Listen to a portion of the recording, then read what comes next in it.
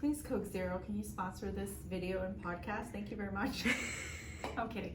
So, anti-claw splints are made specifically if you have someone with an ulnar nerve issue and their fingers, their MPs go into hyperextension and their PIPs go into flexion.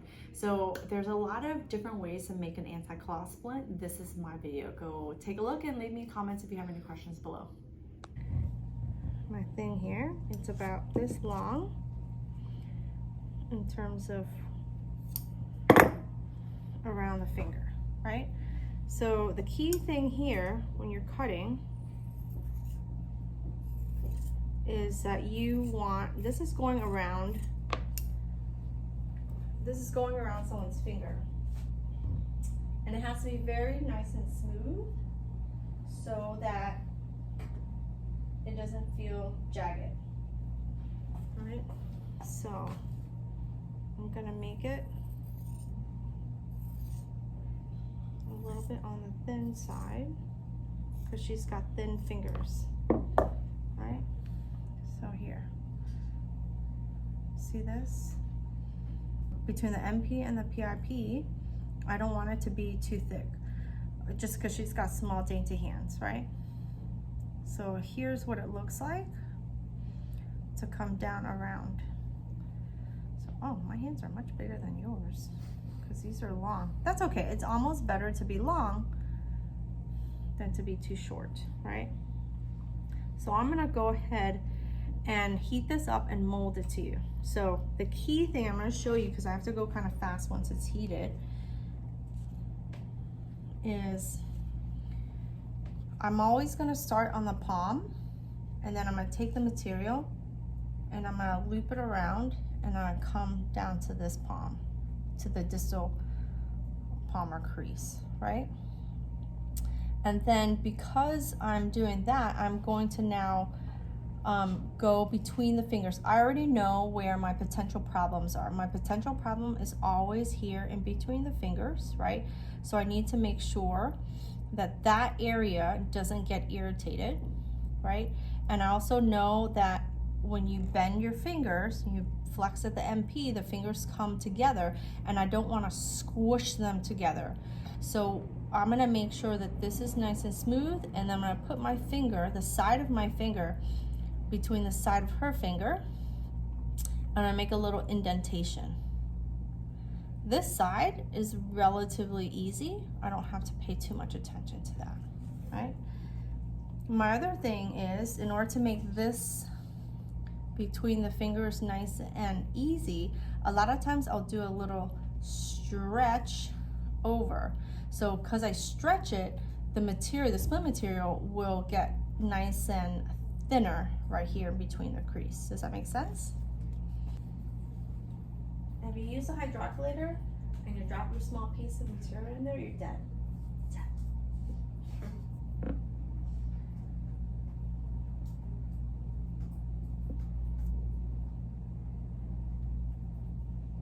All right. So let's get you in the camera, right? I'm gonna start here at the palm. I'm gonna give it a little stretch over, come down around. Gonna make sure to move my strap wherever I need it to be, so I don't want it to be too far in. And then I'm gonna go in between here and I'll make a little indent crease. All right.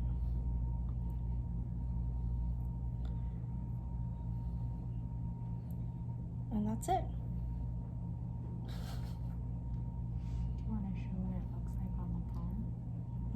In a minute, once it cools, then I can turn it, and I can also pull in between here, right? So here, we're gonna turn it, and you'll see it's in the palm like this. So it's this long. I'm gonna cut it, and it looks like a heart shape. Now, right here in the web space, that's where my potential problem is, right? So one of the things you could do is dip it right there and just make sure you smooth it out, right? But you don't want to flare or roll because then that's also in that spot too. Right, so boom. So if I hold it down like this, as if I had my bar open and close, right? So you're able to open. So it's gonna hold you like this. You're gonna open your fingers. So open your other ones, right? Yeah, open your other ones, and this is gonna stay closed, right? It's bothering you right there. So that allows me to see it. So I can go ahead and smooth that part out before I make my other component. I wonder if you want to trim it just because it is like too long. Yeah, you can, it's the best thing. Mm-hmm. Or you can just shift it. Okay. Right, so I'm always going to do the easiest thing first before I start cutting, right? But I haven't even built in my other part yet. So I want to build in my other part first. Now, a lot of times I'll do the palmer part first and then I'll do this part. So however way you want to do it, you can do that as well. Here's my second piece.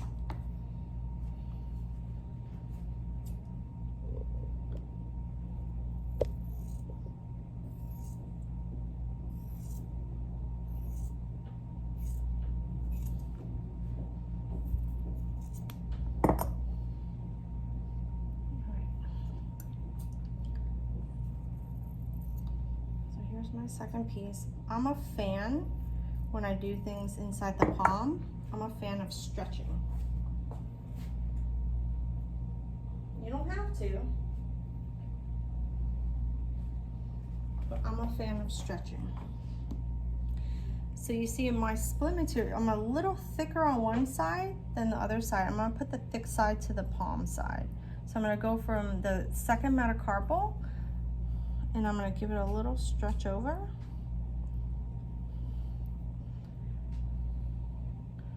All right, now I'm gonna relax. So for the most part, I want the M piece to sit into flexion. So I wanna make sure, so I'm stretching the radial side because I don't want the splint to get in the way of the thumb and the MP.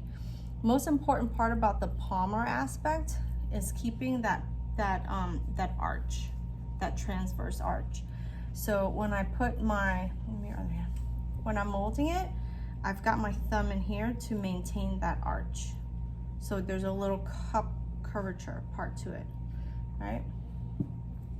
And then I'm stretching from here because of the web space. I'm stretching that piece across and I just rolled it down a little bit so it doesn't get in the way, right? And then so when you open and close, it's not gonna be in the way. So it kind of looks like this. So then what we have to do is we're gonna connect. So this part goes here, right? And it's a little bit long. I tend to like it a little bit shorter so I can use a strap to connect it. And then we're gonna connect it here, right? So once I connect it here with my heat gun, I'm gonna mark it where I want it to connect down here. So I'm gonna use my pen, I'm gonna mark it here, and I'm gonna mark it here. So I need to trim this spot here and this spot here, and then I can heat both ends with the heat gun and connect it because it's gonna get real sticky. Creating this in a two-step part makes it a anti-claw orthosis really much easier to make because you can do it in two parts. Do the palmar part and then you can do this part, or you can do this part and then you do the palmar part and then you connect the dots together, right? Now, if you have someone who's really, really strong that works against it too strong, it's not an exercise splint. So they're not supposed to try to break it. It's supposed to just support them a certain amount so their eyepiece move. All right, so with this hand, so I'm going to put this on, right? And I'm going to mark it I'm gonna mark it where I want it to be. So let's see. One on that side, one on that side. There you go. So I just marked, kind of marked where I want my thing to sit. All right.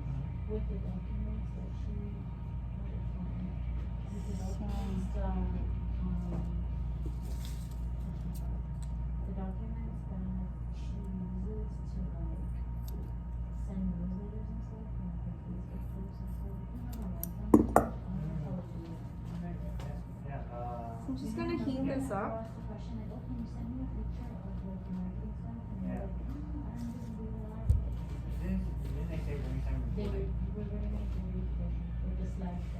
I'm gonna heat up both sides just a little bit. So I usually just move it very, very little.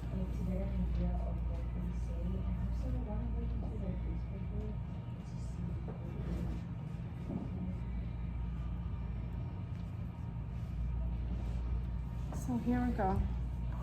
So I just heated it up.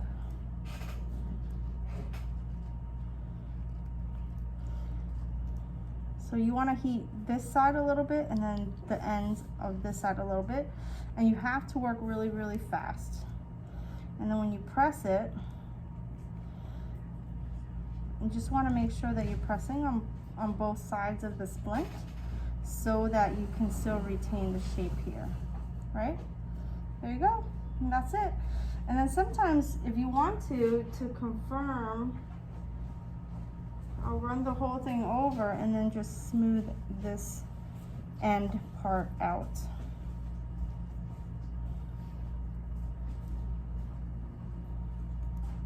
And that, in a nutshell, is your anti-claw orthosis, right? So this is your anti-claw orthosis. And to end it, you want to put a little piece of Velcro over here and over here, and then you're gonna strap it. So it's just a very small strap, it's just to ensure, but you see how light and flimsy this is? It's a orthosis with this material. It's just meant to help someone who's got the range of motion position the MPs in a certain way to allow better flexion extension of the eyepiece. Now, the key things with this to consider and think about is always the spot here in the middle. So I will always work on this spot to make sure it really, really fits someone very well before I take it and I mold it here. Because if you can get this right, you can't really mess up, right? So I will make sure this is done really well. And then the other part is this one. What do I always say when it comes to orthosis? Is the middle parts is the hardest part. So if you can make sure that's down, the ends are very easy to adjust, right? So if this end here doesn't work well, I can essentially dip this in and still fix it. If this part was whatever, I can dip this in and fix it. If this is a little rigid, like I could feel it. So I usually put my finger and I can feel it. This part needs to be smoothed out. Like this part is smoothed out, but this part needs to be smoothed out. So I can easily dip this a little bit into water and just use the side of my thumb and smooth it out, right? So let's put it on and I'll show you essentially the finished product, right? Here. This is the finished product. So with the strap on, if you take a look, if you open the fingers right here, it's gonna stop this from opening, right? It's gonna fit right here between, right below, right, just proximal to the distal palmar crease, goes in between the thenar, in the thenar crease, right? And then you're gonna go ahead and make a fist. It's gonna allow flexion and it's gonna stop full extension. You don't have to be this low in terms of flexion. You can actually just be like more like 60 or whatever. But this is the position we ended up making, so whatever. It's good, it's still good. open, there you go, and then relax, and then open. So it's just to hold the MPs but let the IPs free.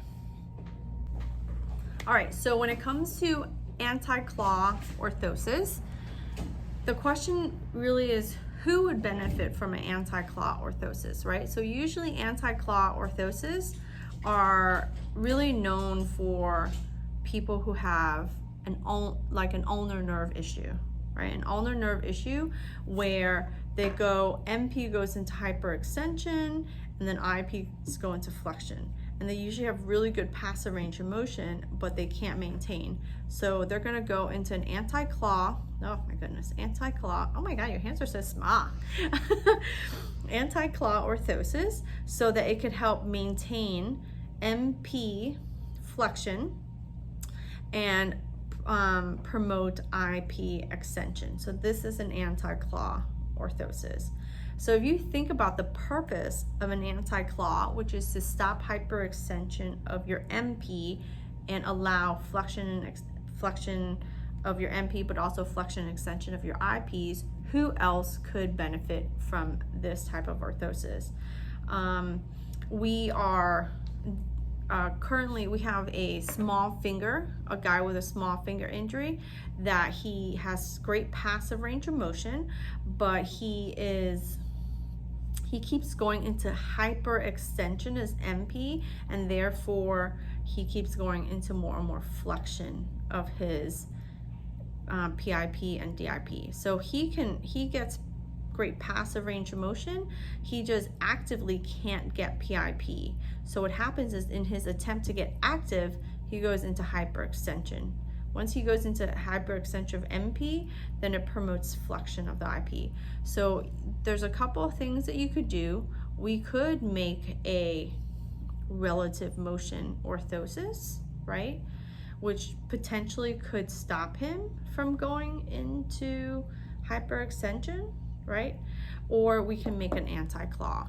And really, at the end of the day, it comes down to what's going to be most beneficial and most comfortable for him. Something like this or something that goes across. So the way we're going to do it is we're going to check. We decided that this, because he has so much motion, that he actually can go into extension still and not get enough extension here. So that's why we're trying to use an anti-claw orthosis, not just to stop the MP from going into extension, but holding it down enough to get isolated PIP extension. So if you know the purpose of an anti-claw orthosis, you know what it's supposed to do, you can figure out who you need to put it on and why they would benefit from this type of orthosis over any other orthosis, right? So that's the why to. And were there any other questions?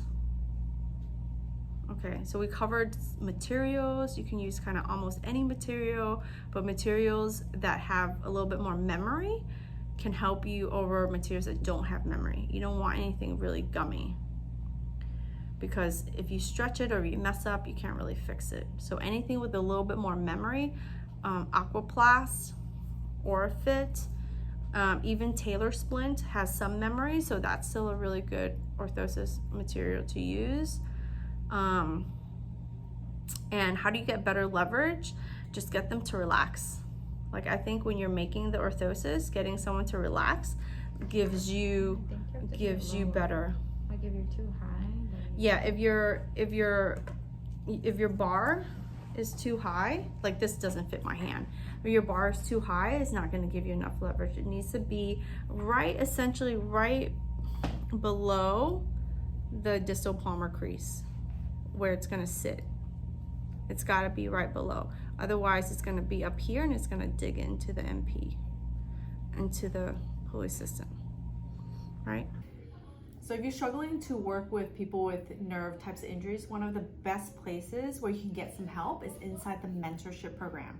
The mentorship program runs every month. We do a new topic, and then while we're talking and teaching on that new topic, you can come on and get questions at any time to help you through your cases, such as if you're working with a nerve injury, any kind of splinting needs you have, if you have any questions. Not only do we have a full library for you to go and look and learn through the different modules, you can come on live calls and ask me, Huang, personal questions to help you think through your cases and to be able to progress your patients.